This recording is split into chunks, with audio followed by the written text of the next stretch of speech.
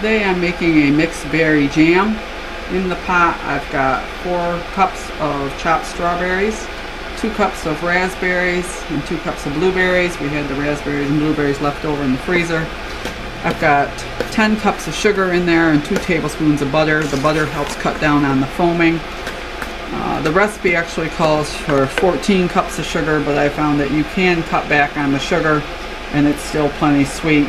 You just have to be careful how much you cut back, because if you go too far it won't set. So we're going to bring this to a boil, and then we'll add the pectin and we'll jar it up. Okay, what you want is a full rolling boil, and what is defined by a full rolling boil is a boil that you can't stir down. And you want to make sure you use a big enough pot for this, because you'll notice that it's almost tripled in size as it's boiling. The recipes are in the pectin box. You can follow that. It says to, when it comes to the boil, to add the pectin. I like to let it boil for a couple of minutes before I do that. It's what my mom always did. So now we're going to add the pectin. I like to use the liquid. It's just because that's what I was raised on. And this is a double batch, so we're going to add both pouches of the pectin. You just want to squeeze it in. The dry pectin works too. It's personal preference. It's what I was raised with, so it works for me.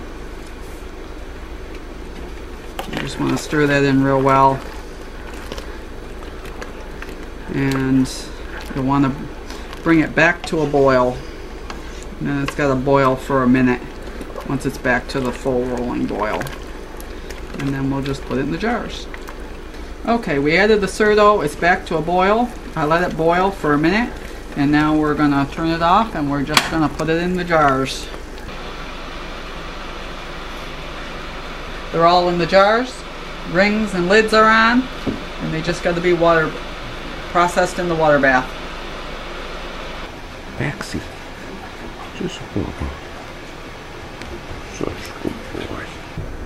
And since we're doing jam today, we decided that we're also going to try a strawberry rhubarb, which I have never made, but I've had it and it's very good. So here we are dicing up the rhubarb, and we're going to be getting that started. That has to cook on a little bit of water before you start the jam, just to get it softened up.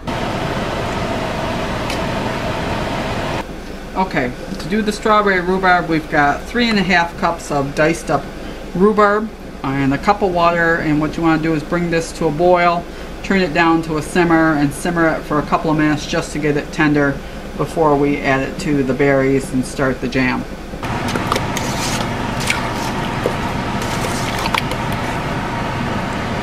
Okay, we've got 4½ cups of berries and 3½ cups of the stewed rhubarb. It simmered for 2 minutes. It's broke down pretty good. And I've got in there a little over 8 cups of sugar.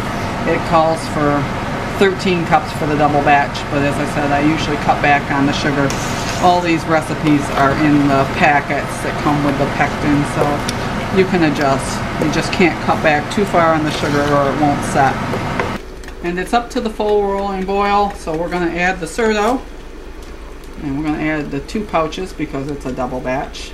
Again. And the recipes will tell you not to do a double batch. They'll tell you it won't set, but it sets just fine, I can tell you from personal use, because I always do double batches.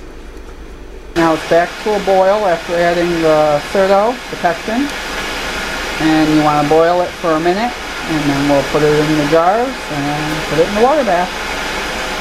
Yummy. Even Maxie likes strawberry jam.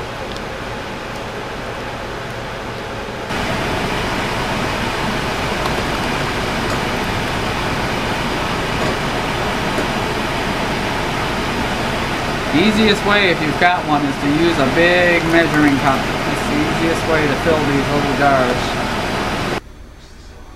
And this is the all done batch. This is the mixed berry, this is the strawberry rhubarb.